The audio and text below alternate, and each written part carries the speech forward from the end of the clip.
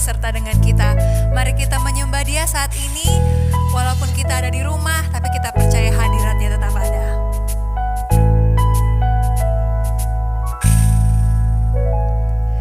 Tak mungkin bagi manusia, tapi itu pasti bagimu. Tak layak di mata manusia, namun berharga bagimu. Tuhan yang menjamin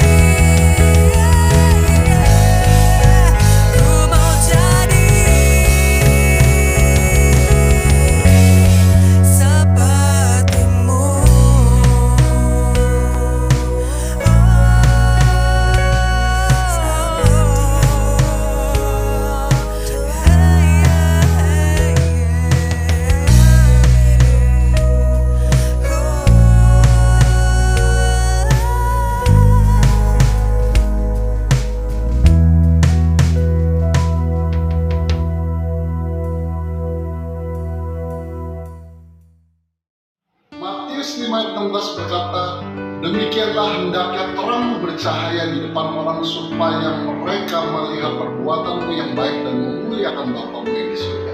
Kita baca bersama-sama 3, 2, 1. Matius 5 ayat 16.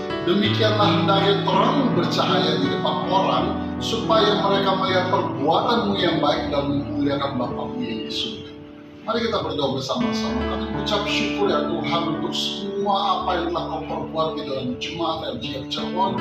Kami berdoa untuk jemaat-jemaat mungkin Tuhan ada yang terpapar COVID-19, Engkau sembuhkan mereka, Engkau beri kekuatan, Engkau beri penghiburan, Engkau buat mereka sehat, Engkau buat mereka pulih ya Tuhan.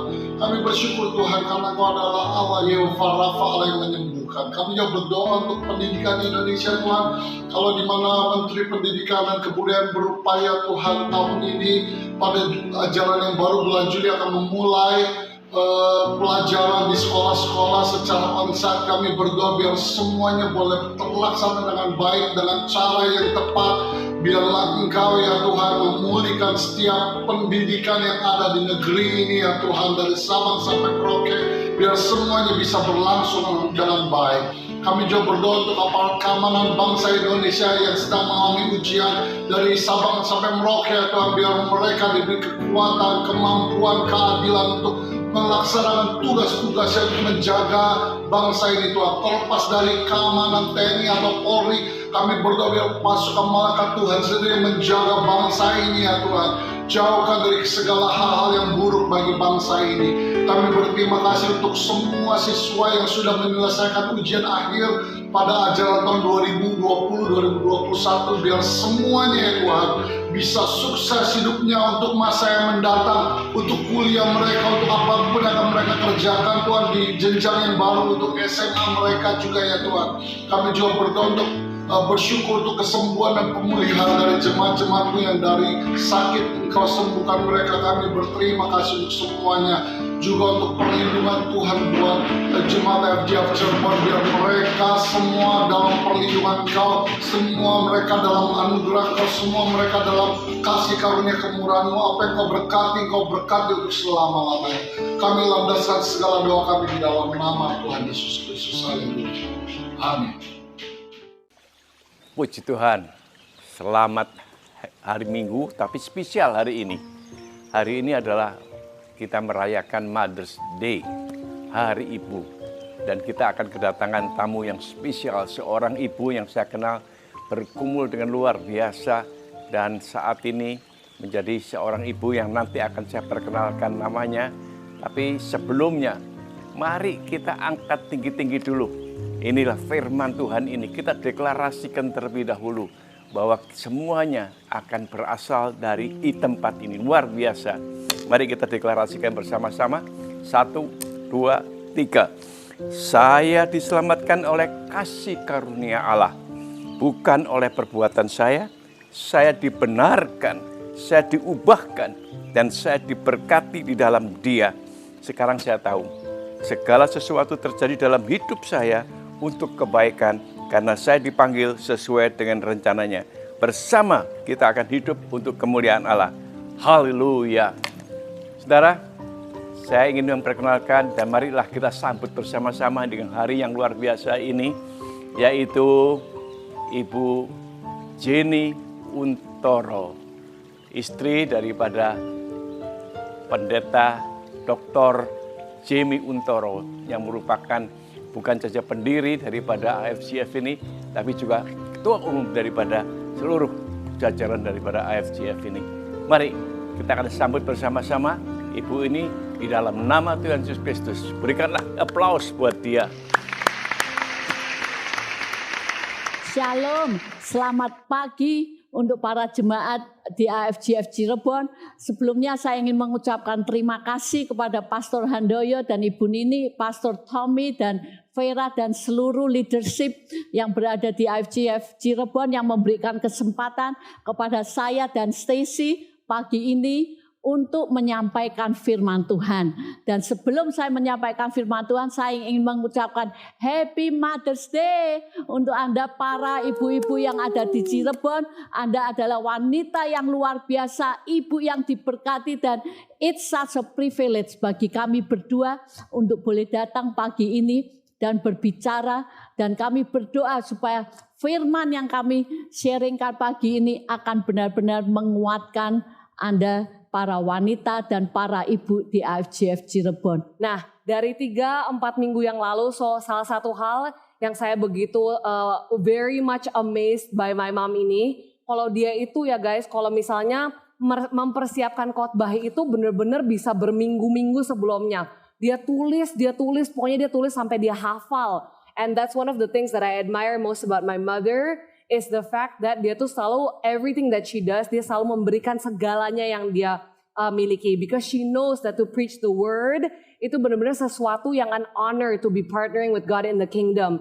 Jadi salah satu hal yang kita sebenarnya diskusikan bareng-bareng sebagai mom and daughter, apa sih cerita di Alkitab yang kita mungkin jarang banget nih dibahas di gereja.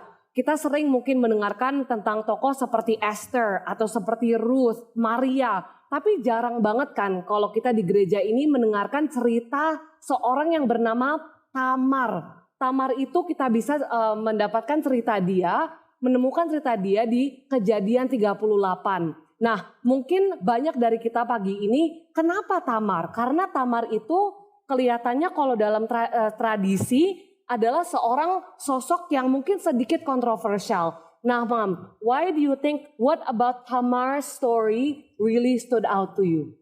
Bagi saya, waktu saya mempelajari tentang Tamar, saya menemukan hal-hal yang sangat luar biasa tentang wanita ini. Anda pernah nggak?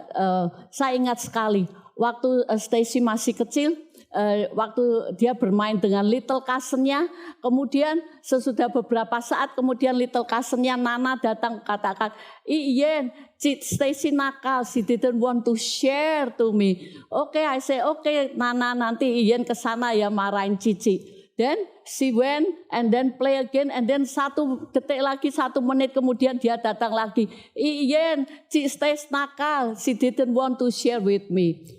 I say, okay Nana, nanti Ian kesana ya, marahin Cik Stace. Then she went. And then 1 menit lagi she came back again. Ian, Cik Stace still masih nggak mau sharing, Cik Stace nakal.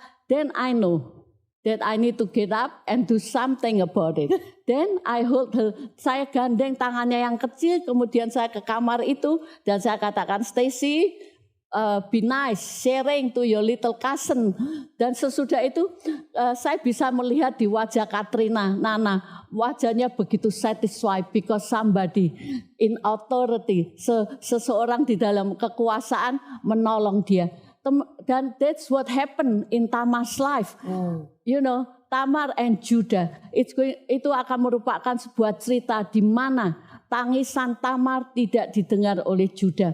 Karena itu saya senang sekali, dan menurut saya Tamar merupakan sosok yang luar biasa yang kita akan pelajari pagi ini. Kita pertama kalinya bertemu dengan Tamar di Kejadian 38. Dikatakan pada waktu itu Yehuda sedang meninggalkan saudara-saudaranya dan menumpang pada seorang adulam yang bernama Hira. Di situ Yehuda melihat seorang perempuan, seorang Kanaan, nama orang itu ialah Shua. Lalu Yehuda kawin dengan perempuan itu dan menghampirinya. Perempuan itu mengandung lalu melahirkan seorang laki-laki dan menamai Er. Sesudah itu perempuan itu mengandung lagi lalu melahirkan seorang anak laki-laki dan menamai anak itu Onan. Kemudian perempuan itu melahirkan seorang anak laki-laki lagi dan menamai anak itu Shelah. Yehuda sedang berada di Kesib ketika anak itu dilahirkan. Sesudah itu Yehuda mengambil bagi Er anak seulungnya seorang istri yang bernama Tamar. Dan kalau kita ketahui Tamar itu artinya pohon kurma. Pohon kurma bertahan di padang gurun, dan menurut ceritanya pohon kurma itu menghasilkan buah yang manis, yang penuh nutrisi, dan juga yang kedua yang luar biasa. Pohon kurma ketika dia ditiup oleh angin padang pasir yang begitu kencangnya, badai pasir yang begitu kencangnya, pohon itu tetap berdiri dengan tegak. Dan yang ketiga, pohon kurma itu bertahan di lingkungan yang sangat-sangat tidak nyaman. Dan kalau kita berbicara dengan Tamar, Anda dan saya akan melihat bahwa Tamar itu persis seperti apa yang dikatakan tentang pohon kurma. Dan bicara tentang Tamar, seringkali kita sudah menghakimi perbuatannya. Tetapi kalau Tamar seperti yang kita pikirkan, mengapa ayat-ayat ini mengatakan sebaliknya? Rut 4 ayat 12 mengatakan, keturunanmu kiranya menjadi seperti keturunan Peres yang dilahirkan oleh Tamar bagi Yehuda. Oleh karena anak-anak yang akan diberikan Tuhan kepadamu dari perempuan muda ini. Nama Tamar disebut dalam pemberian berkat bagi hubungan Rut dan Boaz. Kalau memang Tamar adalah seorang yang sangat incredibly wicked dan jahat dan jelek, pasti namanya tidak akan disebut di dalam pemberkatan hubungan antara seorang wanita dan pria. Yang kedua, Raja Daud dan Absalom memberikan nama anak perempuan mereka Tamar. Dan yang ketiga, Matius 1 ayat 3 mengatakan Yehuda memperanakan Peres dan Serah dari Tamar. Tamar adalah satu dari 4 wanita yang disebutkan menjadi nenek moyang Tuhan Yesus. Ini adalah hal yang sangat luar biasa sekali. Dan bagi saya Tamar adalah cerita dari seorang wanita. Can you imagine, Stace? A girl, a wife yang harus melalui banyak penderitaan, kekecewaan, pengkhianatan, ketidakadilan hanya untuk to become a mom, hanya untuk menjadi seorang ibu. Karena itu, dan saya melihat bahwa Tamar adalah seorang gadis yang selalu mempunyai kekuatan untuk bangkit and resolute. Resolute itu berarti bahwa dia itu sangat teguh, dia tidak gampang menyerah. Dan kita menurut sejarah pada waktu itu, bahwa Tamar waktu itu sedang berumur 14 tahun dan dia menikah dengan anak pertama dari Juda. Dan dikatakan bahwa itu adalah seorang yang sangat jahat. Dan dia suka sekali memukuli Tamar. Jadi Tamar di dalam perkawinan pertamanya mengalami KDRT yang sangat luar biasa. Dan karena kekejiannya, Kejadian 38 ayat 7 mengatakan anak sulung Yehuda adalah jahat di mata Tuhan, maka Tuhan membunuh dia. Di sini kita melihat pembelaan Tuhan yang pertama kepada Tamar. Dia di-abuse, dia mengalami banyak hal yang menyakitkan. Dia tidak bisa apa-apa. And yet God defended her. Tuhan yang membela dia. Dan menurut adat, kalau kakak lakinya yang pertama meninggal tanpa memberikan keturunan anak laki-lakinya, maka adik keduanya yang laki-laki harus mengawini kakak iparnya ini. Dan mungkin Tamar berpikir, oh mungkin Onan itu lebih baik daripada Dan apa yang terjadi? Bahwa di situ dia mengalami abuse KDRT dia. Tetapi Onan juga melakukan hal yang jahat. Dia ditolak dan dihina olehnya. Onan hanya menggunakan dia batas hawa nafsu. Dan Onan merampas haknya untuk mempunyai seorang anak. Ayat 8 mengatakan, lalu berkatalah Yehuda kepada Onan, hampirilah istri kakakmu itu, kawinilah dengan dia sebagai ganti kakakmu dan bangkitkanlah keturunan bagi kakakmu. Tetapi Onan tahu bahwa bukan ia yang mempunyai keturunan nantinya. Sebab itu setiap kali ia menghampiri istri kakaknya itu, inilah kejahatan Onan. Ia membiarkan maninya terbuang supaya so deliberately dengan tujuan, dan dia sudah memperhitungkan semuanya supaya ia jangan memberi keturunan kepada kakaknya. Tetapi yang dilakukannya itu adalah jahat di mata Tuhan, maka Tuhan membunuh dia juga. Wow. Jadi bukan hanya itu yang dialami oleh Tamar. Sesudah kedua suaminya mati dibunuh Tuhan, you know what happened? Mertuanya karena dia takut anak ketiganya ini kalau kawin dengan Tamar anaknya juga akan mati, maka apa yang dilakukan oleh Judah yang sebenarnya merupakan tanggung jawabnya, mertuanya menyalahkannya atas kematian dan Onan, dan secara tidak langsung apa yang dilakukannya bahwa Judah mengirimkan Tamar untuk pulang ke rumah orang tuanya. Itu sebenarnya bukan adat istiadat waktu itu. Seharusnya Judah tetap mengizinkan Tamar untuk tinggal di rumahnya sampai pada waktu dia harus menikahi dengan Sheila. Tetapi Judah abandon her. Wow. Judah mengusir Tamar untuk kembali ke rumah orang tuanya. Dan kita melihat Tamar sebagai seorang gadis, sebagai seorang anak perempuan yang pada waktu itu maybe by the time Onan died she was still 17, 18. All this time kita melihat bahwa Tamar dia tidak pernah memberontak. She was a good wife. It's not her fault. Itu bukan salahnya kalau dan Onan mati. Dan apalagi yang kita bisa lihat bahwa dia adalah seorang menantu yang taat. Walaupun Judah melakukan hal yang tidak benar dengan mengirimkan dia pulang ke rumah orang tuanya, tetapi Tamar tetap mentaatinya. Dan I can imagine ketika Tamar disuruh pulang ke rumah orang tuanya yang tidak sesuai dengan adat. I can imagine bahwa all the neighbors, semua tetangganya pasti bilang, lihat tuh Tamar, dia itu perempuan yang sial, perempuan sial, tidak membawa berkat bagi Judah, karena itu dia harus dikirimkan pulang ke rumah orang tuanya. Dan saya bisa membayangkan Tamar pada masa itu bahwa betapa hidupnya sangat menderita. Can you imagine hal yang sangat tragis, tragedi terjadi di dalam kehidupannya yang masih muda. Dia harus melihat kedua suaminya dibunuh oleh Tuhan dan kemudian dia dibuang. Dan dia diambil haknya hanya untuk menjadi seorang ibu. So I can see Tamar experience a very tough life. Mimpinya untuk menjadi seorang istri, untuk menjadi seorang ibu harus hancur dan kelihatannya tidak ada masa depan bagi Tamar.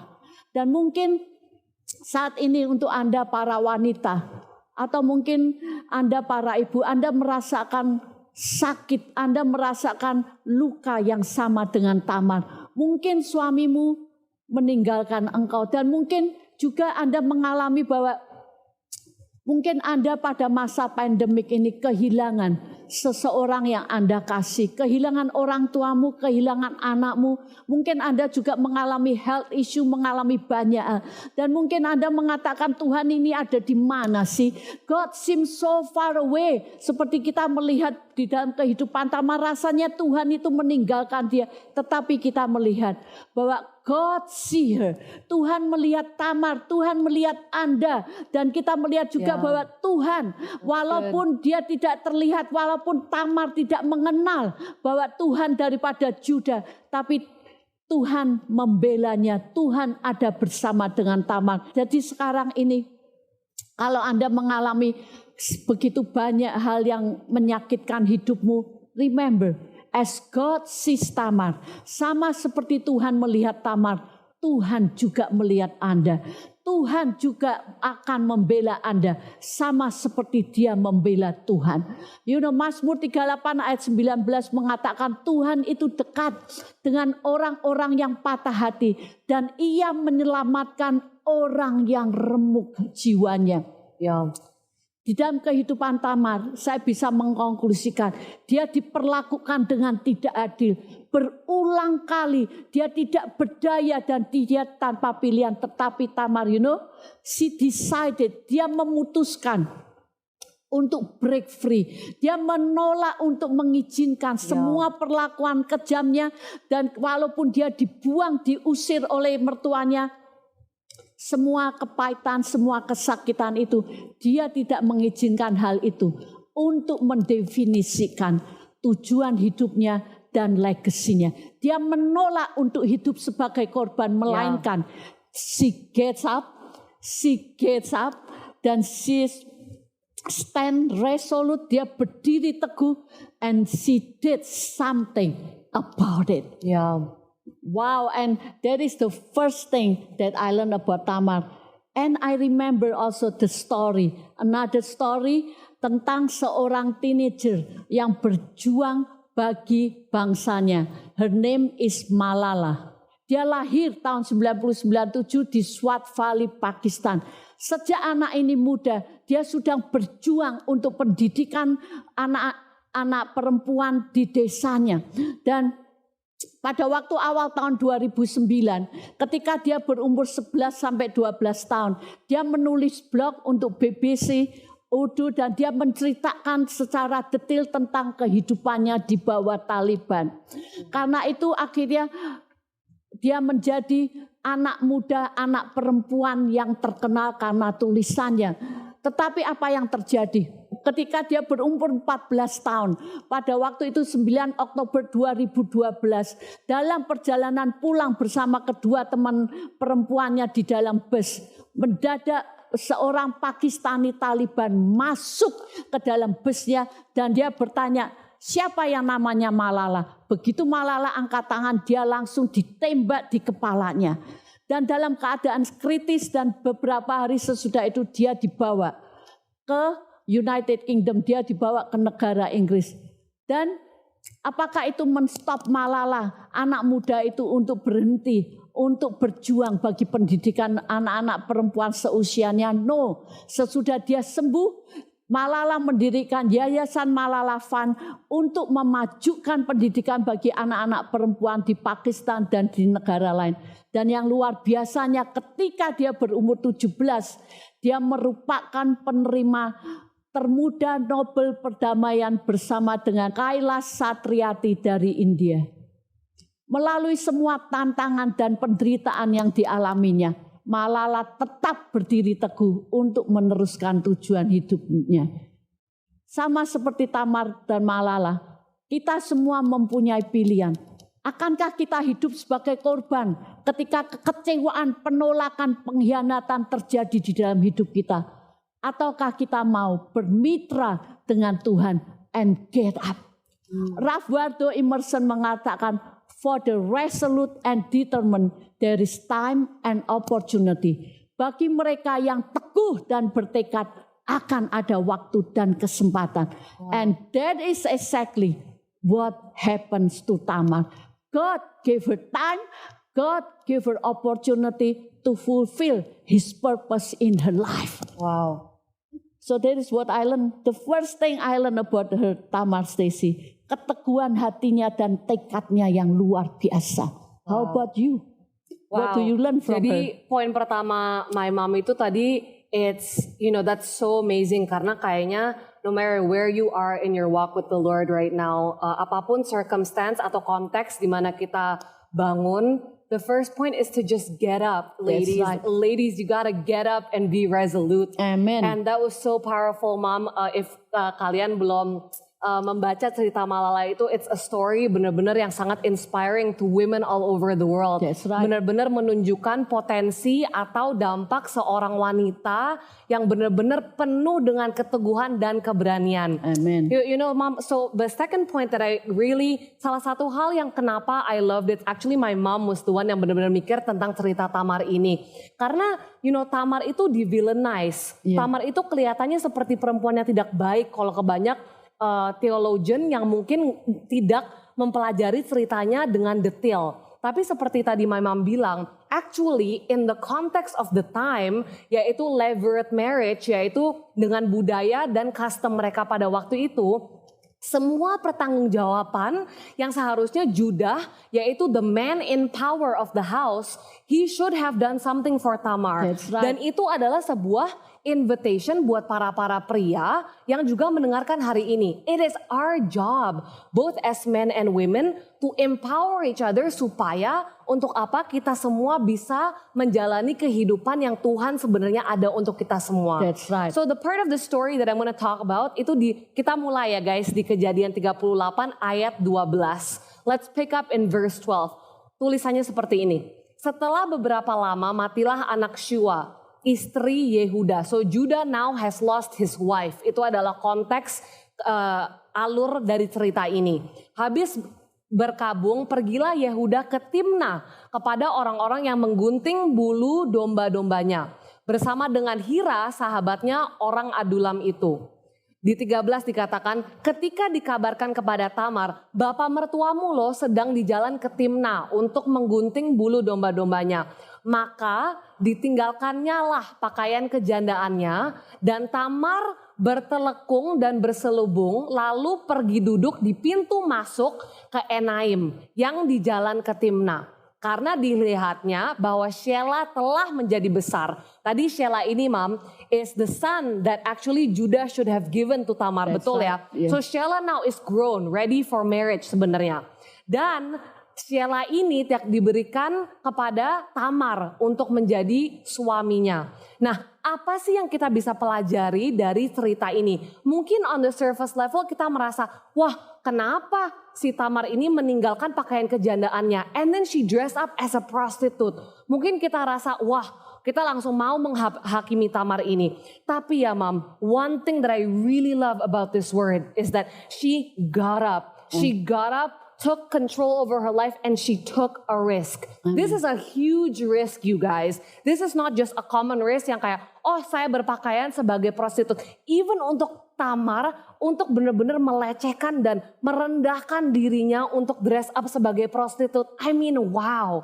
That is your dignity gitu loh. Dignity-nya si Tamar ini udah benar-benar di lantai. She is so powerless, yet dia mengetahui ada sebuah window of opportunity. Jendela di mana dia bisa bertemu dengan bapak mertuanya ini untuk bring justice to her life. Jadi sebagai konteks juga, salah satu hal yang kita harus tahu dalam waktu ini guys, kalau misalnya si Tamar ini nggak boleh menikah lagi, she literally has nothing. As women back then, we were just property. Jadi kalau misalnya kita menjadi janda dan kita tidak diberikan apapun dengan bapak mertua kita, ya udah gitu. We live life powerlessly, we live life tanpa apa-apa, nothing to our name. So imagine this woman who is 14, maybe she's 17 at this time, I'm 25. And if this was me, I would be so scared. That's right. Can you imagine ketakutan dalam hati Tamar ini? Dan this is why I believe hanya karena bisikan Roh Kudus, hanya karena partnership dengan Roh Kudus, Tamar bisa melakukan apa yang Tamar lakukan. So one thing that I really wanna emphasize dalam risk-taking exercise ini, waktu Tamar mengambil risk ini, apa guys? She waited. She waited for the right time to act. Jadi dia tetap aja, she still obeyed Judah waktu dia disuruh pulang meskipun itu bukan budayanya, meskipun itu tidak hal yang benar, she waited. She waited sampai dia mengerti bahwa Judah ini akan bepergian and she knew the weakness. Nah jadi yang pertama, dia mengerti betul kepentingan menunggu. Dan yang kedua, she observed the people around her, namely Judah with great diligence. Artinya apa? Dia ini bukan adalah perempuan yang pasif. She knew the people around her, she knew the culture and the context, dan dia tahu benar apa sebenarnya hak milik dia yang seperti the kingdom culture. What is her right in the kingdom? Nah, artinya ini ya guys, dia itu adalah orang yang benar-benar memperhatikan secara tajam. Not just the culture, but also the people. Nah, dia tahu juga weakness-nya Judah ini apa sih? And lo and behold, it was sex. Right? It's a lot of men's weakness is sex sebenarnya. Dan karena itu when she dressed up as the prostitute, salah satu hal yang Judah itu langsung memanggil dia. Nah, so what does she do in this time? You know, what we learn from this story is that Tamar knew that it was about time, it was about discernment with the Holy Spirit, dan dia benar-benar tahu betul kapan sih waktu dia untuk bertindak.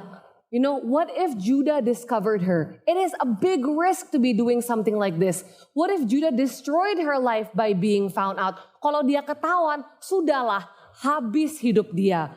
Dan kalau misalnya dia ketahuan sebagai siapa diri dia sendiri, she could have been stoned to death. Dia itu bisa dibunuh melalui what is stoning? Stoning, dirajam batu. Ya itu guys. Nah itu dia bisa diperlakukan semua itu. Tetapi ini, this is how the story continues. Ini tuh kayak drama zaman-zaman Old Testament. Jadi di verse 15 dikatakan, ketika Yehuda melihat dia, disangkanya lah dia seorang perempuan sundal karena ia menutupi mukanya. Lalu berpalinglah Yehuda mendapatkan perempuan yang di pinggir jalan itu serta berkata, marilah aku mau menghampiri engkau. Sebab ia tidak tahu bahwa perempuan itu sebenarnya menantunya. Tanya perempuan itu, apakah yang akan kau berikan kepadaku jika engkau menghampiri aku? This is very strategic, you guys. Dia nggak mau hanya just sleep with Judah, but she wants something to assure that dia tuh akan to be known. Nah, di ayat 17, jawabnya, aku akan mengirimkan kepadamu seekor anak kambing dari kambing dombaku. Tapi kata perempuan itu, asal engkau memberikan tanggungnya sampai engkau mengirimkan kepadaku. Tanyanya, apakah tanggungan yang harus kuberikan kepadamu? Jawab perempuan itu, cap meteraimu serta kalungmu dan tongkat yang ada di tanganmu itu. Nah, for konteks juga, cap materai dan kalung itu setiap keluarga memiliki a distinctive cap materai. Semua keluarga memiliki a signet that is unique to the family. Jadi yang Tamar melakukan ini sangat pintar. Karena kalau dia mempersembahkan itu kembali ke Judah, dia akan tahu betul, wah this is mine. Bukan hanya seperti domba. Domba itu kan bisa dombanya siapa aja. Nah lalu diberikanlahnya semua itu kepadanya, maka ia menghampirinya. Perempuan itu mengandung daripadanya. This is a big story of redemption. This risk, what she did could have cost her her life. Hidupnya bisa berakhir kalau misalnya risknya ini tidak sukses.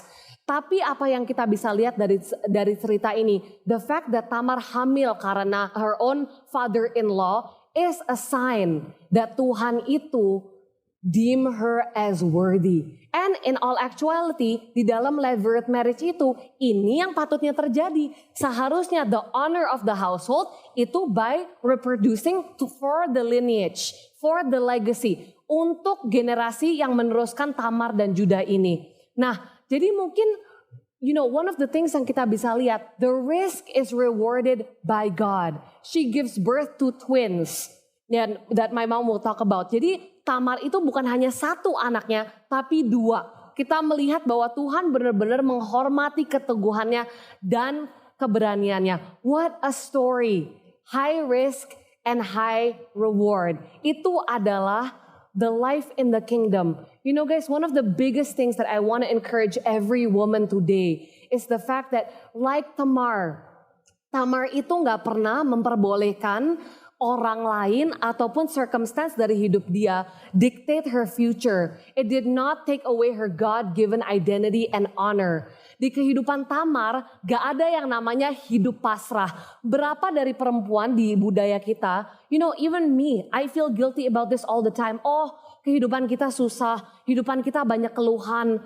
Ya udah deh kalau kayak gitu kita pasrah aja. But no guys, why do we not give up, saudara-saudara? Why do we not sit still when injustice is happening? Because at the end of the day, you know what? God is the one that gives us this powerful identity. Amen. Tamar bukan hanya melakukan ini untuk dirinya sendiri for the sake of her own dignity, tapi dia tahu betul, unlike Judah, dia melihat jangka panjang. Dia melihat kalau misalnya dia if she did not conceive, kalau dia tidak punya anak, the household, the honor of Judah's lineage will be done. So that is the heart of the woman. That is the heart of a mom. Selalu ingin memperjuangkan legasinya dan keluarganya sendiri. Jadi itu adalah something, girls, you gotta get up and take that risk. Even if it's gonna cost you everything, kalau misalnya itu dari bisikan Tuhan, if you know that the Holy Spirit is calling you to it, you gotta get up. You gotta get up and take that risk. Because no one else will do the work for you.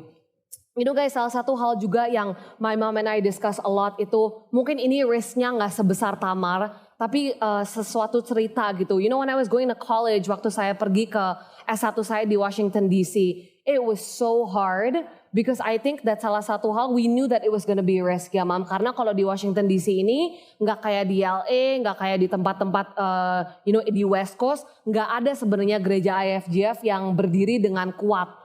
Nah, we knew it was a risk, tapi salah satu hal yang Tuhan benar-benar ajarkan aku in that time, there was like a period of my life where selama 2 tahun aku di university, itu aku benar-benar I cried myself to sleep every day. Because it was hard, because the place di Washington DC itu sangat anti-Christian and anti-religious sebenarnya. semua orang very secular. And my parents know gitu sebenarnya it's such a huge risk to put me there. Tapi salah satu hal yang now that I'm 25, now that I'm done with college selama dari 2017 ini, Tuhan benar-benar ajarin aku, my relationship with the Lord is more authentic now than ever before. I would give up anything for the church and for Jesus because of the hardship, kesusahan yang aku alami di dalam 4 tahun itu waktu di university. And my parents knew that. Salah satu hal that I always admire tentang orang tua saya about my mom is that she taught me how to fight. She taught me how to get up and actually take that risk. Because it's only through risk, cuman melalui kesusahan-kesusahan hidup kita, we really know how authentic is our faith in God. If our faith is untested, I highly doubt that it can be as authentic as what it is after the fire. So that's my take, Mom. I love that Tamar as a woman, sebagai perempuan, sebagai wanita, she got up and she took the risk because she knew what was at stake. Wow, so amazing. Dan hal yang terakhir yang ingin saya bagikan pada pagi ini adalah bahwa bukan hanya dia mengambil resiko dan kita akan melihat bahwa the reward, hadiah yang Tuhan berikan di dalam kehidupan Tamar karena keberaniannya dan karena apa yang dilakukan bagi Tuhan. Ayat 24 mengatakan, sesudah kira-kira 3 bulan dikabarkanlah kepada Yehuda, Tamar menantumu bersundal, bahkan telah mengandung dari persundalannya itu. Lalu kata Yehuda, bawalah perempuan itu supaya dibakar. Waktu dibawa, perempuan itu menyuruh orang kepada mertuanya mengatakan, dari laki-laki yang empunya barang-barang inilah aku mengandung.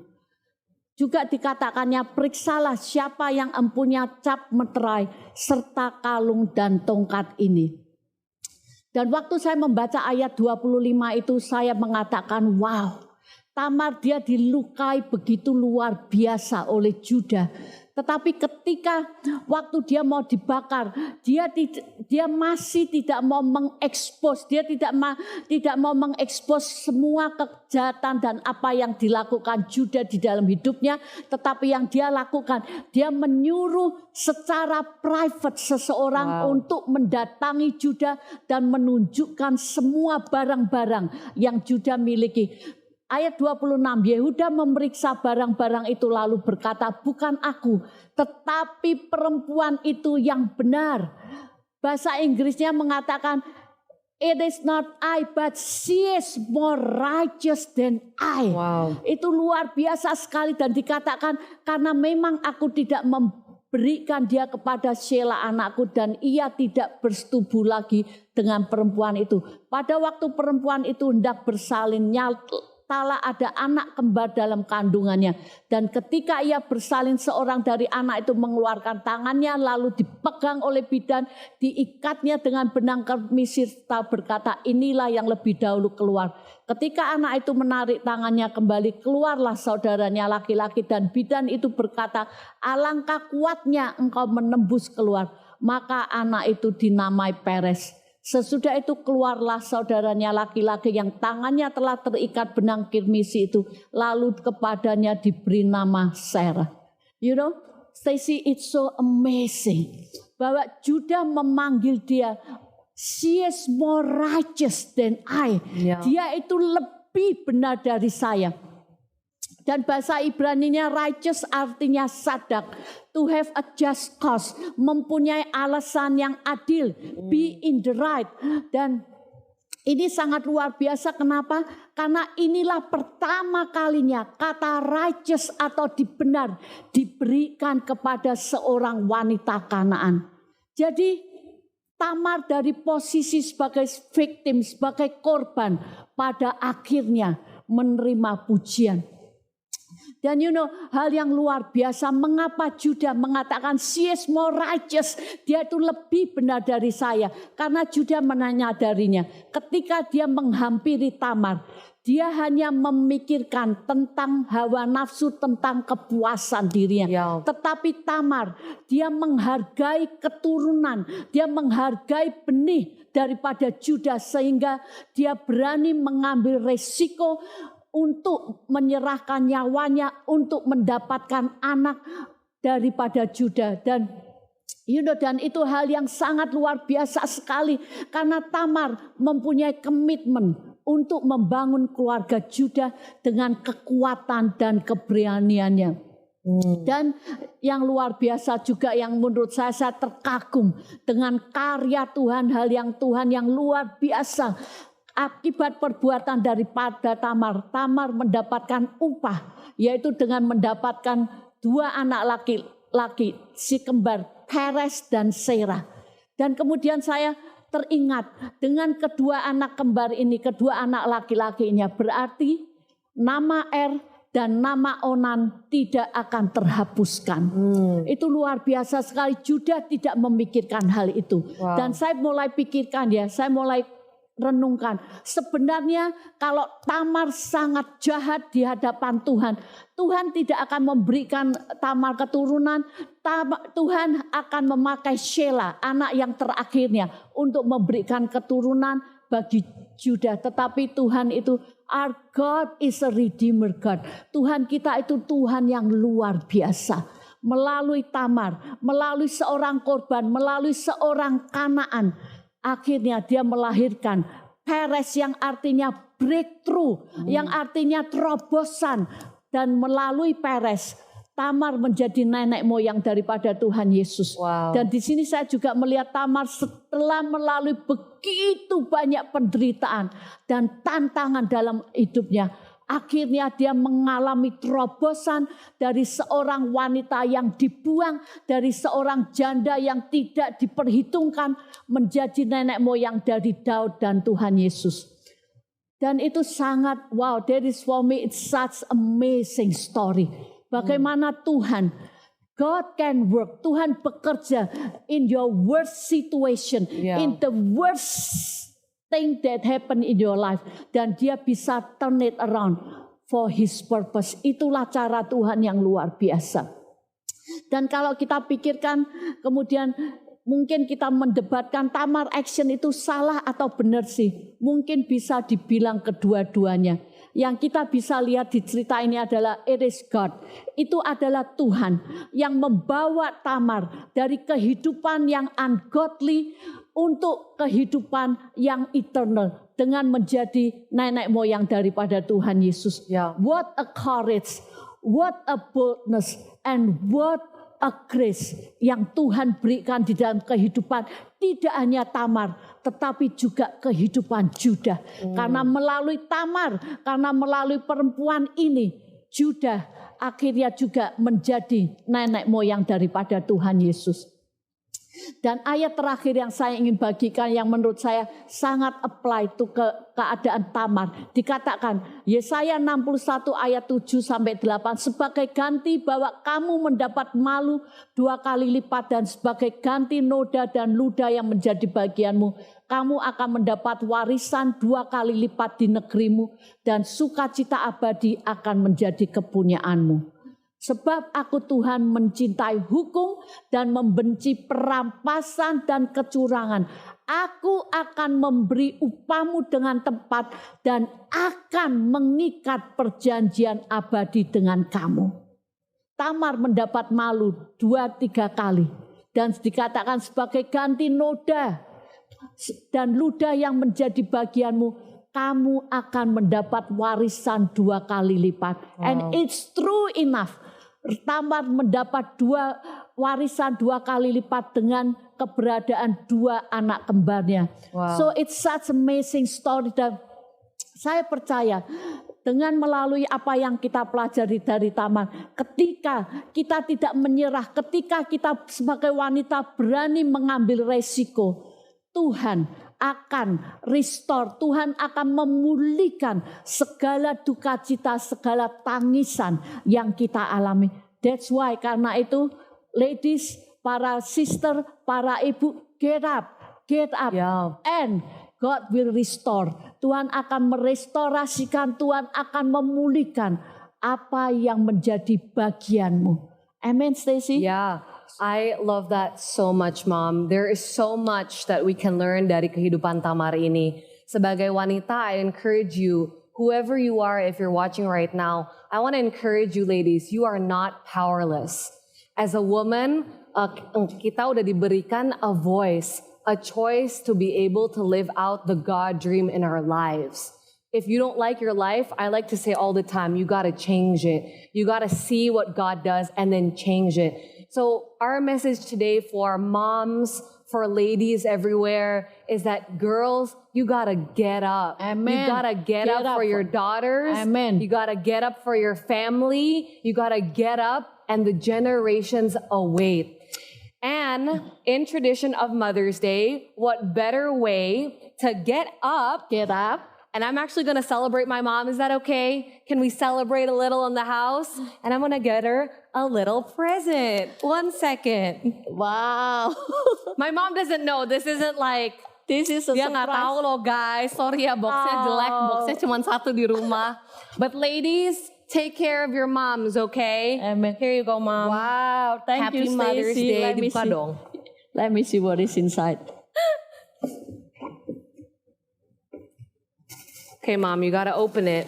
Wow. Ternyata bukan cuma box pemirsa. This is a surprise gift for me. Kan girl get up, so we're up now. We're literally up. Wow, they wrapped it real good. They wrap it really good. Let me see. Hope you like it, mama.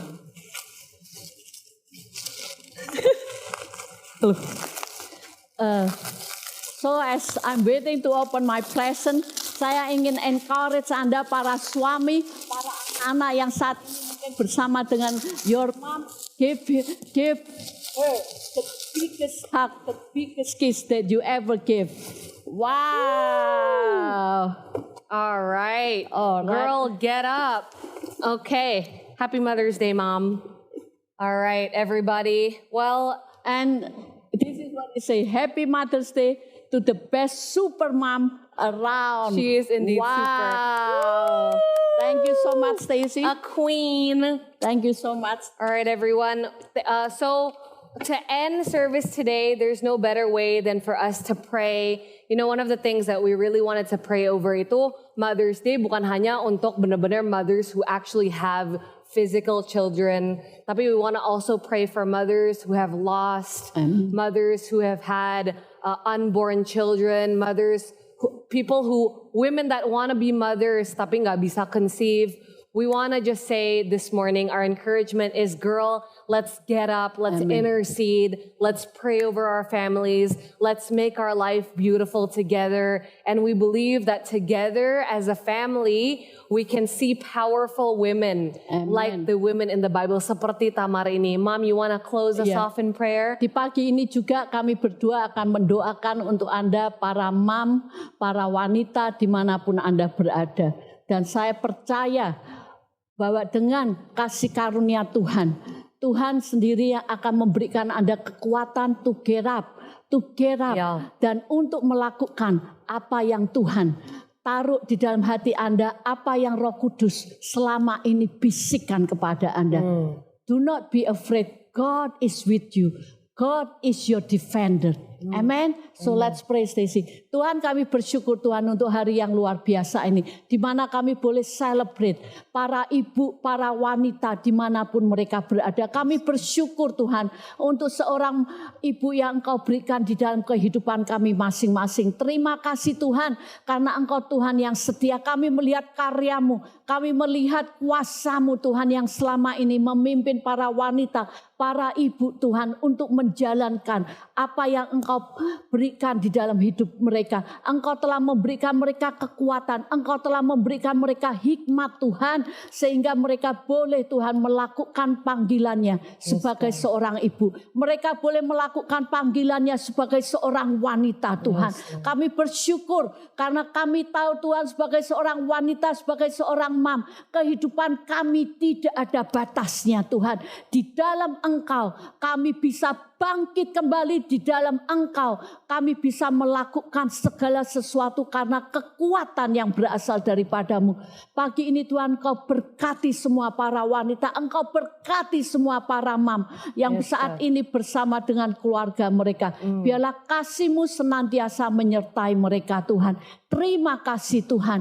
Bapak, pagi ini juga kami berdoa Tuhan untuk semua jemaat AFGF dimanapun mereka berada. Tuhan, kami berdoa Tuhan supaya berkat-Mu, damai sejahtera-Mu melimpah. Tuhan, kami berdoa supaya terus Tuhan, biarlah di dalam rumah tangga mereka dipenuhi dengan kasih pengampunan dan sukacita.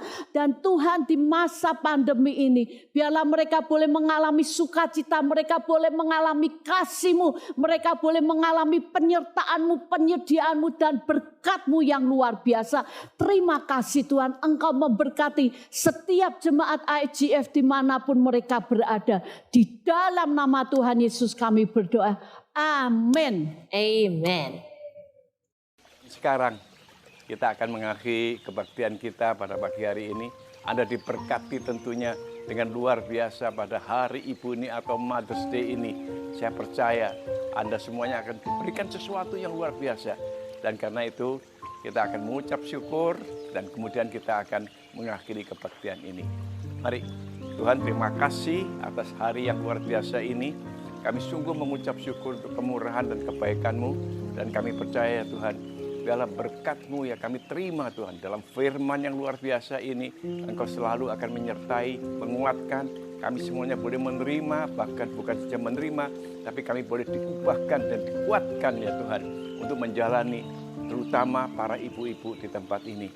Dan kami mengucap syukur dan berterima kasih khususnya buat Ibu Jenny Untoro yang telah membawakan ya Tuhan isi hati-Mu, membawakan ya Tuhan firman-Mu yang membuat kami semuanya ya Tuhan percaya bahwa di dalam Engkau ya Tuhan, Engkau tidak membedakan laki perempuan, tapi yang paling penting buat Engkau adalah mereka yang mau menyampaikan kabar baik ini kemanapun mereka pergi. Terima kasih Tuhan, berkati Ibu Jenny seterusnya, terus ya Tuhan, dan menjadi luar biasa, menjadi berkat dimanapun dia berada.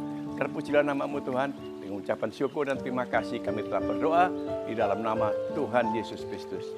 Amin. Oke saudara, mari kita angkat tangan kita dan terimalah berkat Tuhan pada pagi hari ini. Kasih Tuhan Yesus Kristus, jika engkau mendengarkan apa yang telah disampaikan, bahwa pada hari Ibu di Mother's Day ini, Tuhan berbicara kepada saudara, terutama kepada para ibu-ibu. Dan kami percaya ketika kita menerima ini, bahkan melakukan dalam kehidupan kita hari demi hari dengan percaya kepada Dia, maka Tuhan Allahmu akan mengangkat engkau di atas segala bangsa di bumi. Diberkatilah engkau pada waktu masuk dan diberkatilah engkau pada waktu keluar. Tuhan akan membuka tingkap langit untuk mencurahkan setiap berkat ke atas kehidupanmu. Lumbung-lumbungmu akan dipenuhi dengan sukacita. Bahkan juga pekerjaanmu, usahamu, pelayananmu, studimu, apapun juga yang kau kerjakan di dalam nama Yesus Kristus akan dibuatnya berhasil. Tuhan akan mengangkat engkau jadi kepala dan bukan ekor. Kau akan naik dan tidak turun. Diberkati rumah tanggamu, keluargamu akan dipenuhi dengan sukacita, kekudusan, iman, pengharapan, kasih, dan damai sejahtera dari Yesus Kristus Tuhan kita, dengan kasih dari Bapa yang luar biasa, pertolongan penghiburan Roh Kudus menyertai saudara-saudara dari hari ini bahkan sampai selama-lamanya. Haleluya. Semua yang diberkati mengatakan amin. Tuhan berkati. Selamat hari Minggu, selamat hari Ibu, selamat Mother's Day. Haleluya.